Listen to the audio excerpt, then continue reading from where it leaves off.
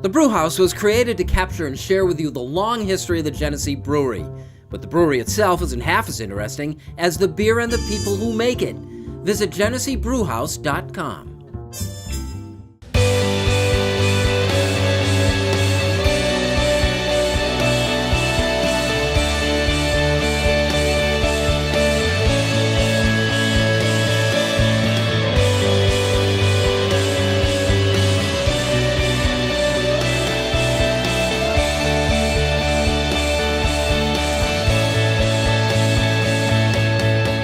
Hello, everyone, and welcome into the original Rochester Press Box, presented by the Genesee Brew House. I'm Bill Pucko, joined as always by Pat Duffy. Man, I love you guys. Good to be here.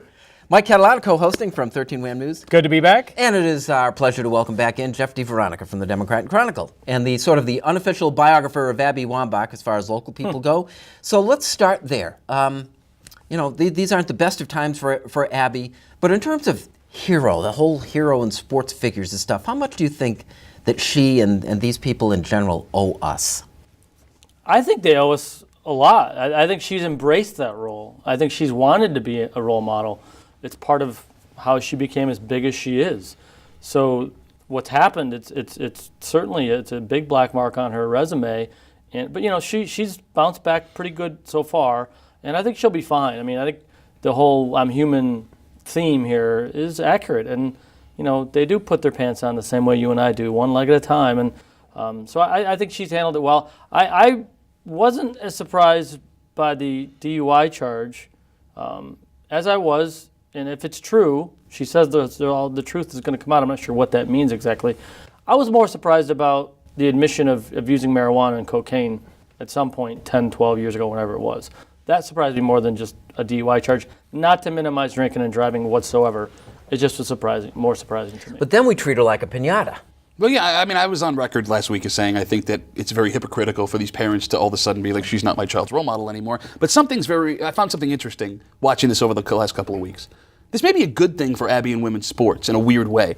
This story led Good Morning America 2 days in a row. A female athlete led Good Morning America 2 days in a row. Whether that's a good or a bad thing for female athletics, it shows that it now has a forefront position in our society. Like, if this happened to Mia Hamm 15 years ago, it would have been a story. I don't think it would have led Good Morning America. And I think that we're so close to Abby, her being from our town, and that we don't realize what a superstar she legitimately is in this country. So it at least gives us perspective as to how far women's sports has come in America. Yeah, I think Abby took a lot of shots, but that's in part, too, because she's elevated herself to, I'll say, semi-icon status, depending on how much you want to give her in that way. The good thing for her is we know Abby likes to embrace things, hit it head on, which is what she did when she spoke at Penn State and the other schools, and she admitted everything.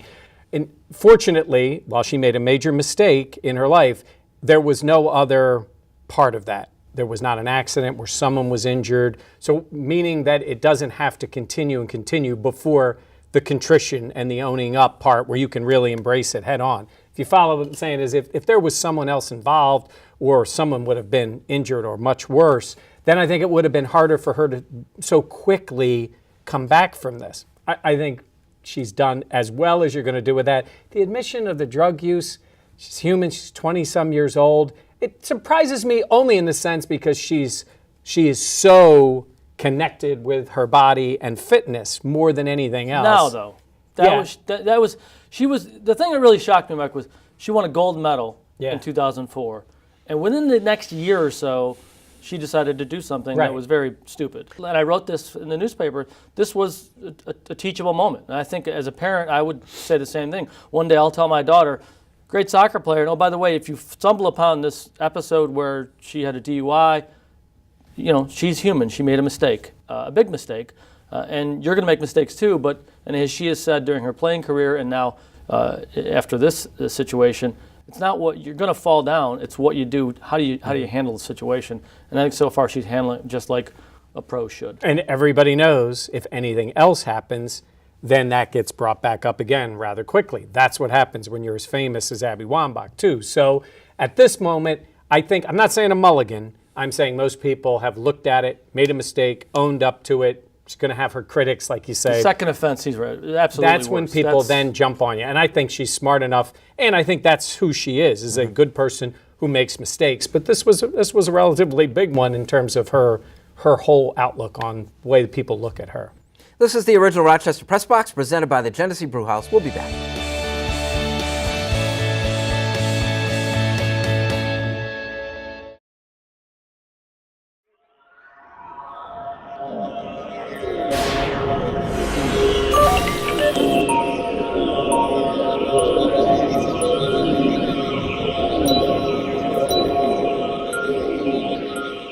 For over 25 years, Hillside Work Scholarship Connection has empowered youth to embrace their dreams of college and careers. Thanks to a dedicated staff and employment partners, every year Hillside helps more than 4,000 young men and women move closer to their life goals.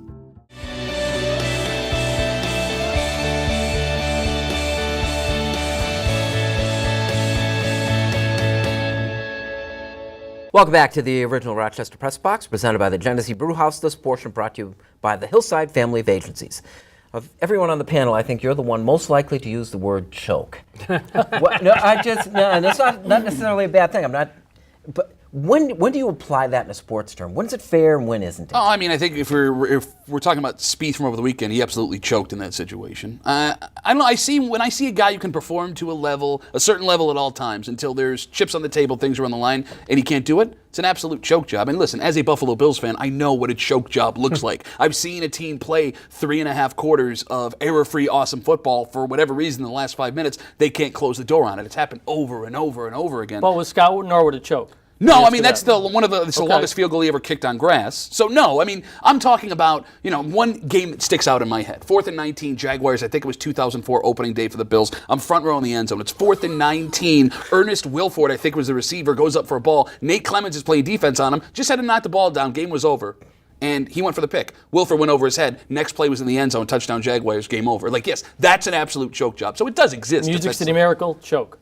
Yeah, I would say that's a choke job as well. Yeah, by many guys. But as more traditional journalists, we avoid that word like the plague, it seems to me. Yeah, I think there's a reason to avoid it because I don't think it's always necessarily a choke job. And when you have an individual sport like golf, and this goes back to that whole idea about, is it a sport? And they were talking about guys riding in carts and how much activity is when you're walking. The issue you run into in golf is just a slight little drop mentally, just a slight one, and that can happen to you. And that's what happened to Spieth in that case. He made a mistake.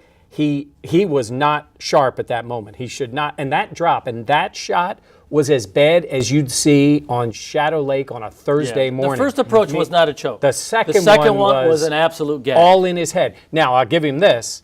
Very quickly, bounced back, gave himself an opportunity again because he is a great player. Plus, we've already seen him win and come through in big moments. So he had a bad experience. Well, he's a victim of his own success in that way. To some extent. Now, if he wouldn't have won already, then it would have been a different narrative. But he's already won and won big. We know he can do it. Well, hold on. You're saying that just because a guy hasn't choked before, that it's impossible for him to choke? No, I think it's the opposite. Okay. I'm saying is because we've seen him succeed in those moments, he blew this one. Okay. But he did, and I don't think he would shy away from that. He blew it in that moment. He did.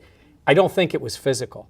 That was not a physical mistake. That was up here. He wasn't playing. I mean, he'd played some good golf all week, and he'd played some golf where he scrambled. And that moment, to me, see, the first shot wasn't a choke because he didn't miss it by a ton. Right. The second shot, he missed it by a mile. I mean, that was an air ball from the free throw line. You don't print that word, though, do you?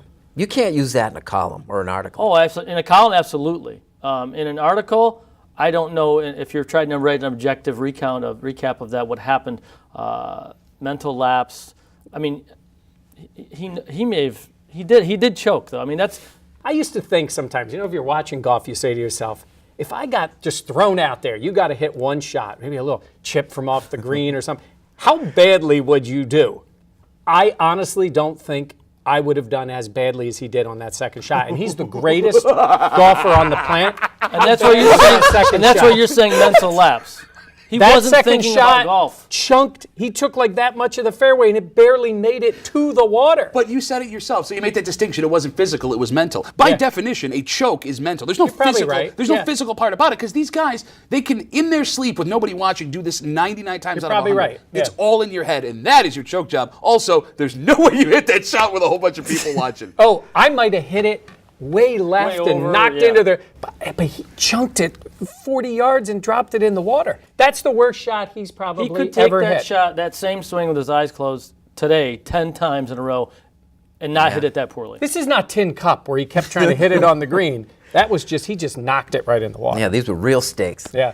This is the original Rochester Press Box, and this portion brought to you by the Hillside family of agencies. Like it or not, when we return.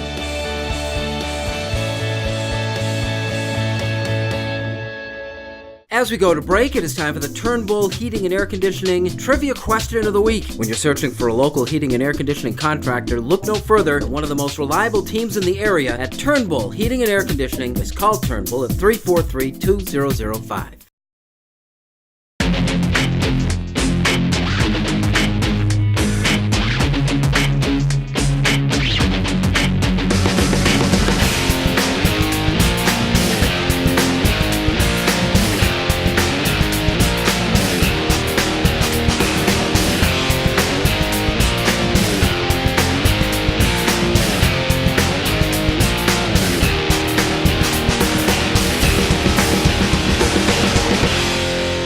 As we come back from the break, time for the answer to the Turnbull Heating and Air Conditioning Trivia Question of the Week. When you're searching for a local heating and air conditioning contractor, look no further than one of the most reliable teams in the area at Turnbull Heating and Air Conditioning. Just call 343-2005. See New York in a whole new way. Amtrak is offering a 15% discount for all travel inside New York State and Montreal. Visit Amtrak.com for the See New York discount. Safe, comfortable, affordable, and easy. Amtrak. Enjoy the journey. Welcome back. This is the original Rochester Press Box presented by the Genesee Brew House. This portion brought to you by Amtrak Trains. Enjoy the journey.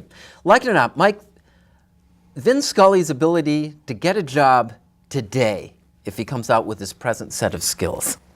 I actually think he could for a baseball announcer. I mean, I've seen Vin Scully do other sports through the years, but I think because he can tell a story and a radio announcer for games, I think he has had the skills through the years to carry a game, and I think that's an important trait in a Major League Baseball announcer. I think it's downplayed. I'm of the belief that if he sits in front of the guy who's hiring him and says, I tell stories and I work alone, it's out. I agree It doesn't with you. work. I agree with you because, with social media the way it is now, right? Like if I'm listening to a baseball game on the radio, I'm following it on Twitter most likely. I'm looking at things, GIFs, videos. You don't need a guy that can tell stories anymore. I don't need a guy that can take me to some faraway place because I'm probably doing 3 different things. It's not like I'm sitting in front of the radio with my family listening to the Dodgers anymore. No, but there It is is sport specific though. It's baseball, and it's doing that and handling it by yourself. And on radio, it's different. The shame of trying to watch a game on TV now is the analysts analyze every pitch, every throw, 2 of them, and they're fighting each other to talk over. It's not that important. It's a 2-1 pitch in the 3rd inning in Miami. So let's settle down. I think of it that way, in the radio sense, where you say he's working alone. Okay. To the extent that I have a 23-year-old son, I told you got to listen to Vin Scully, and you didn't get it because what's so special about this guy? There was no connection there at all. To us, I think there's also the iconic voice. Just hearing that voice, that's part of it too. I think why the younger generation gets it, that doesn't get it. That's why I think. Jeff, like it or not, the ability of the Rochester Rhinos under new ownership to take that next step back into more relevance. I don't like it. I love it. I think if this ownership group, David and Wendy Dworkin, can't make this thing go, and I'm not saying go like it was in the late 90s, never going to happen again. That was lightning in a bottle. We live in a different world now in many respects. If this ownership group can't take this team and the stadium up, then they might as well just shutter the whole thing. So I think they're being deliberate with some of their hires. I like that. It's not all going to happen overnight. Yeah. I know tickets aren't going the way they want, but I know 6 or 7 of those suites are already sold, which is a lot more than they've had in the last few years. The thing is, they can't blame the team anymore because it's coming off a championship season. No, they can't, but they're taking the right approach. They know they need to get people into that stadium and enjoying that stadium, and they're really going to push to get other events in there too and make the experience a good one. So then you go and you walk in there and you go, oh, it's pretty nice, and it needed a lot. There's a lot of finishing touches they need to do. They there. said it was going to be a couple of years. So, and it's like I said, I hope everyone has realistic expectations. The product on the field is good, and these guys people don't believe me that last year's team I think they could have played with the old Rhinos of the back in the day. They could have hung with those teams.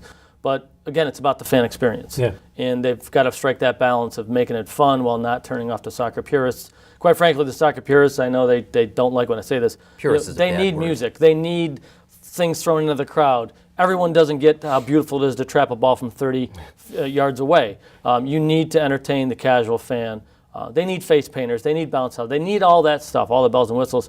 And it's going to take time, but I think it can happen. It's just not going to happen the way it was. This portion of the original Rochester Press Box has been presented by Amtrak Trains. Enjoy the journey. Unfinished Business is next.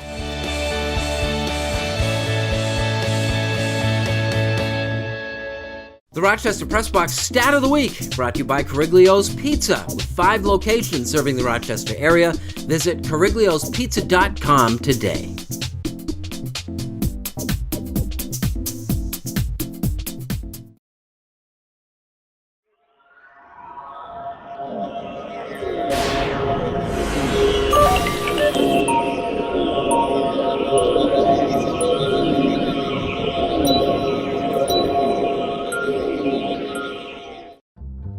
Put more fun in your day with ice cream flavored coffees at Dunkin' Donuts.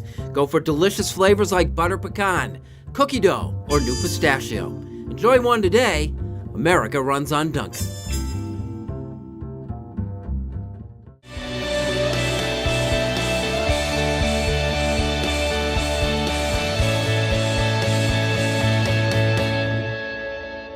Welcome back. This is the original Rochester Press Box presented by the Genesee Brew House. It's Unfinished Business, brought to you by Dunkin' Donuts. America runs on Dunkin'. Go ahead, Pat. NHL playoffs start this week, right? And something interesting is happening, at least Rochester-wise. For years, and me being the big hockey fan that I am, I always considered Brian Giunta to be the greatest of all NHL players to come out of Rochester. And we've got a couple, right?